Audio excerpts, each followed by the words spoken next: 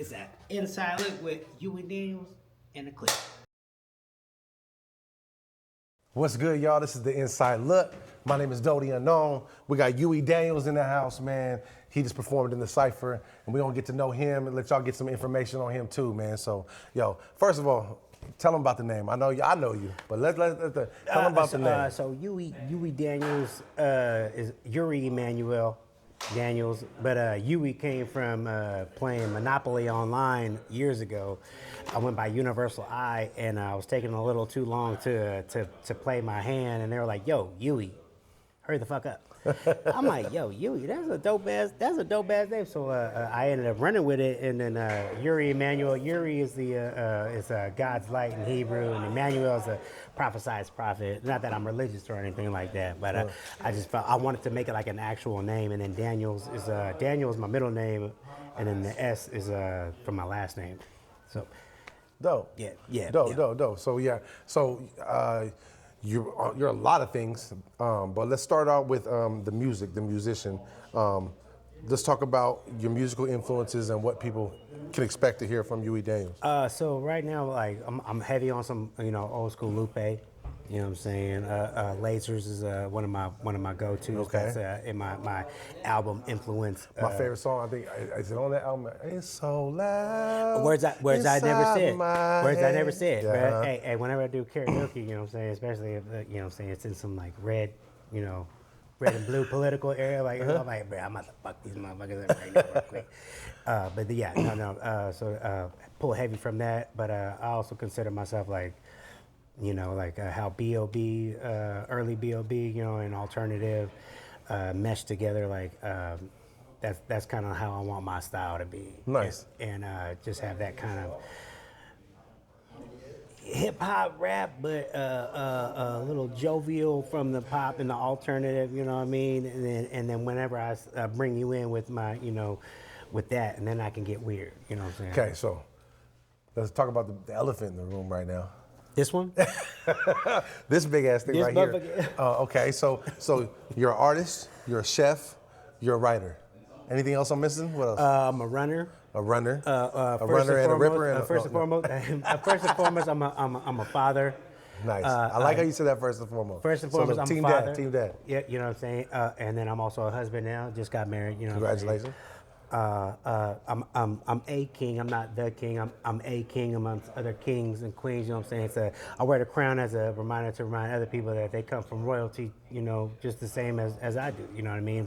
Which like a lot of people oh, you the king? I'm like, nah, I'm not the king. I'm a king. Yeah. You know what I mean? And a lot of people don't understand it. Like they don't understand how to take the compliment. You know what I'm saying? Because we're like kind of taught how to look down on ourselves. Right.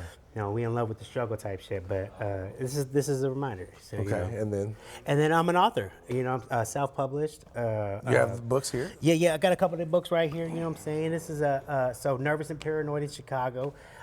This is actually the sequel released first. I'm Quentin Tarantino in it. So this is it's about some protesting that I followed protesters from LA to Chicago back in 2012 during the 2012 NATO summit. And I went as an independent journalist, not as a protester, because I protested like a few months before this, but I got locked up like 4 times. I was like, you was out there really doing the big protest thing. Yeah, I was having PTSD. I didn't leave the house for fucking months, bro. And then I was like, I need to go to Chicago because I'm going for free. And I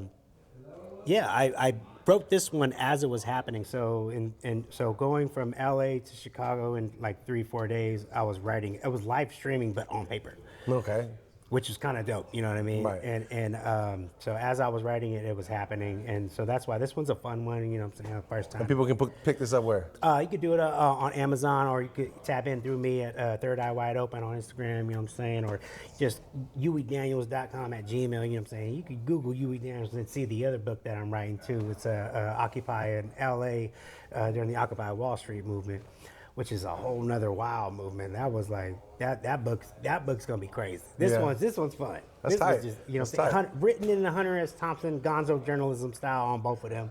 But this one was a lot more fun. This was a lot more psychedelics of all. A lot of orgies happening. You know what I'm saying? Now, I wasn't having the orgies. You were just around them, huh? You're just smelling them. Hello. Okay, so look, so So is this your first? This is your first cipher? This is my first cipher. Okay. This is my first cipher. What's your expectations coming into it? What can we expect to hear from you? So, I mean, you could expect me to be this Huey Daniels, you know what I'm saying, heavy on on like the kind of political vibe, on the conscientious vibe. I'm not saying that any of these other MCs might be on it, you know what I'm saying, but definitely what I wrote as I hold near and dear to me, you know what I'm saying, Yeah. and I'm like, this is such a huge platform, at least for me, you know what I'm saying. I'm like, this is big for me. Oh, it's big. It's big. Hey, it's big. That's how it look, You man. know what I'm saying? On God. On my granddaddy daughter, you know what I'm saying? And I wanted every line to hit. And like when I'm kind of heard all the other rappers, I was going like, man, maybe I didn't write enough.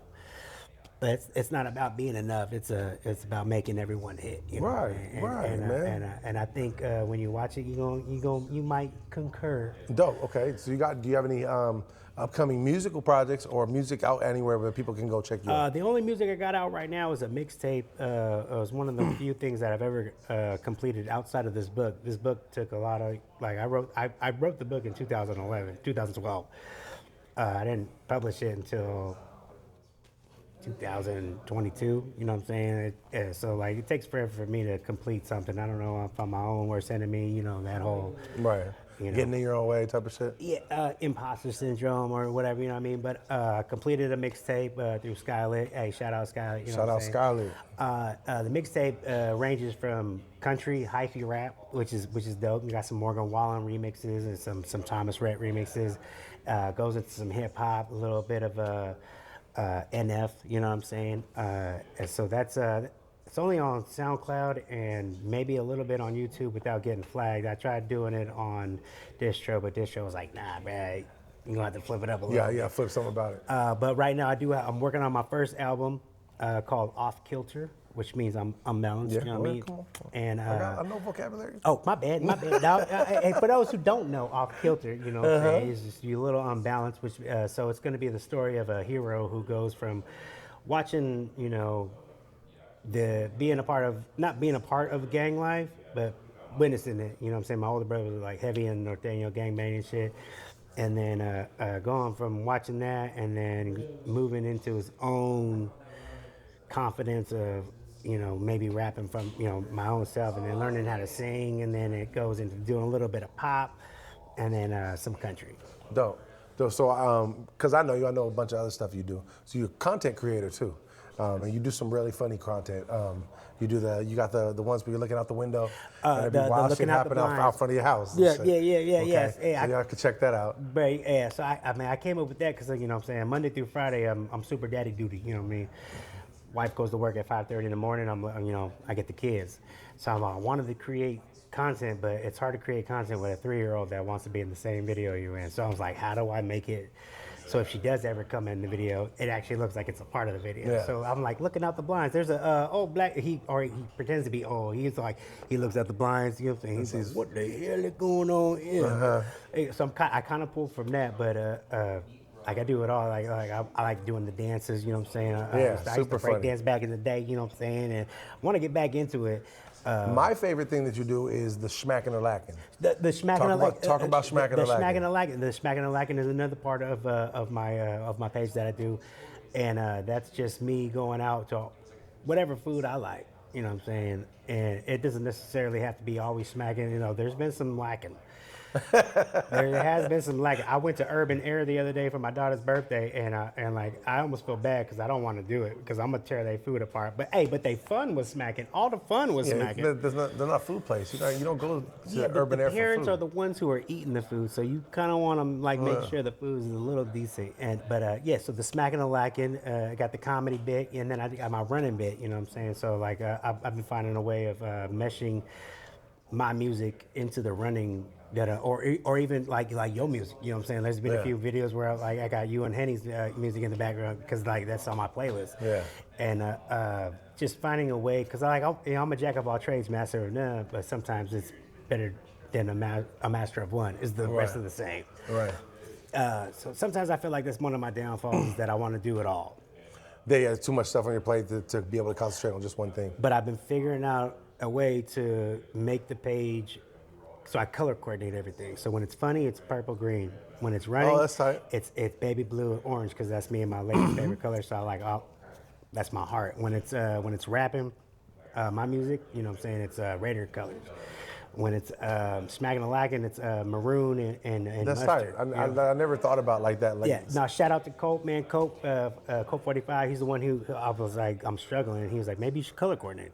So Okay. So then in your music career, lifetime, whatever, up to this point, what's your greatest regret and your greatest success? right off the bat, greatest regret would have to be when I left my music partner in LA to go do my protesting. I left him hanging. And homeboy, shout out Jake, he go by Coops now.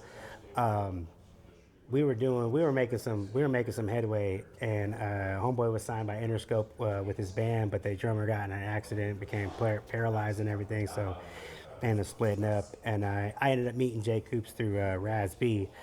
Me and Raz B were like cool homies and shit in LA. But he was just kind of using me as a rider, but that's for another story. That's another book.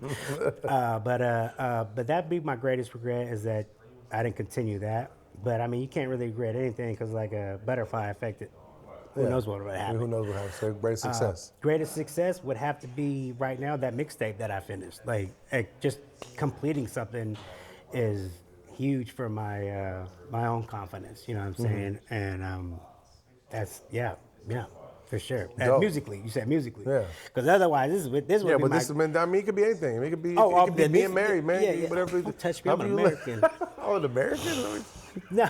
Well, yeah, no, definitely getting married for surely. I mean, it's up to you. All right, well, then, you know what I'm saying? My kids definitely, Right. you know, my daughter is my greatest success. The goal isn't to live forever, but to create something that does. And I used to think it was me I like that. should Say have that created. again. The goal isn't to create something Isn't to that live lives forever. But to The create goal, something. the goal isn't to live forever, but to create something that does. That's hard. And it was from a Chuck Palahniuk book that I wrote years ago. But I always thought it was supposed to be me. The more I help these kids grow, I'm like, Right.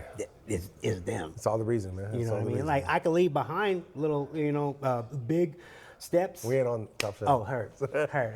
I You're could good. leave behind steps for them to, kind of copy it. But the more and more I like watch them grow, I'm like, nah, y'all the motherfuckers.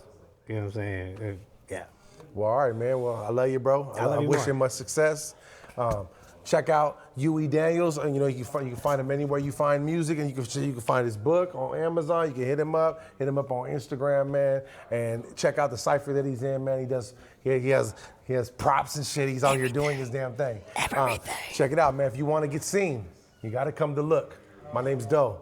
That's Huey Daniels. Let's go. Appreciate y'all. Good shit. Good shit.